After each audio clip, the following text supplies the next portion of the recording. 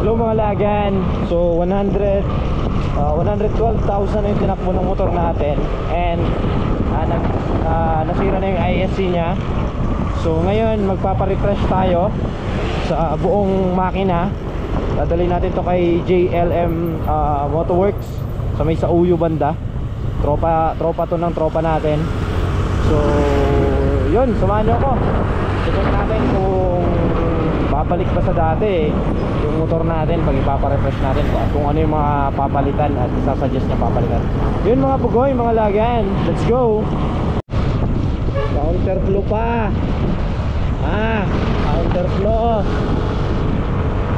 Ambulansya okay lang eh, pero mga sumunod ang lalaki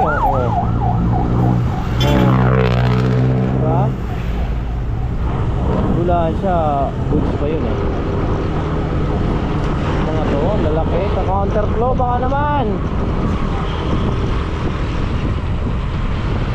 Siyempre kung maliit tatabi ka talaga kahit ikaw nasa tama.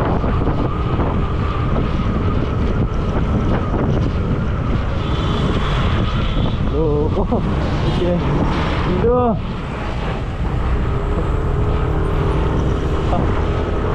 Galit na galit siya nag-drive ng Hilux.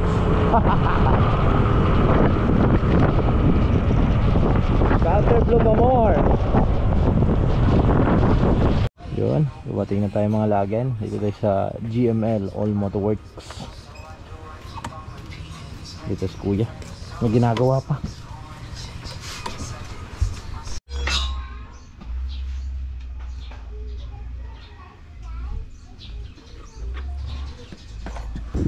Pinapakabit na rin pala natin dito yung nabili nating Q-Tech suspension kay Sir Eli. Grabe dumi ng motor natin kasi nagkaroon ng tagas ng langis, tapos kinapitan siya ng mga buhangin-buhangin tsaka likabok. Eto na siya mga bugoy, mga lagan. Kinakabit na yung Q-Tech suspension natin. Nabili natin kay Sir Eli.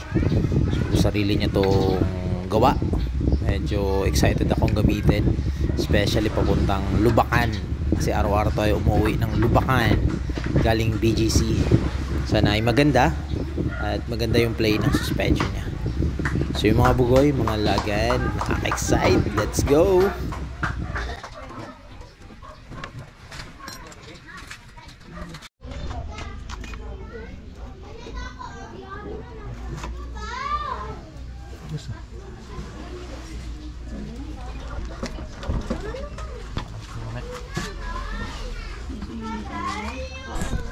Ayun, tapos na tayo. So nandyan si Pops Michael. Si Pops Michael yung tumira ngayon. Nakuha niya yung problema ng motor natin.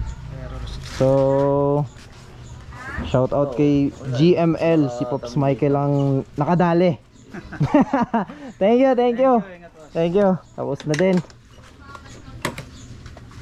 Ayun na. Nawala na yung error. Wala na yung error niya. Bumalik na rin. So, ito normal to. Bababa yan, bababa. Yun. Thank you. Bye bye. Babalik pa sa normal yan Pag ano lang naman to, 37 di ba? Wala na. Babalik na yan. Okay. Thank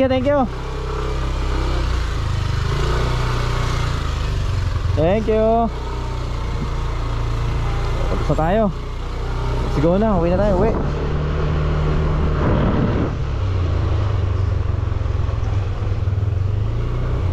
Lagi mga lagan.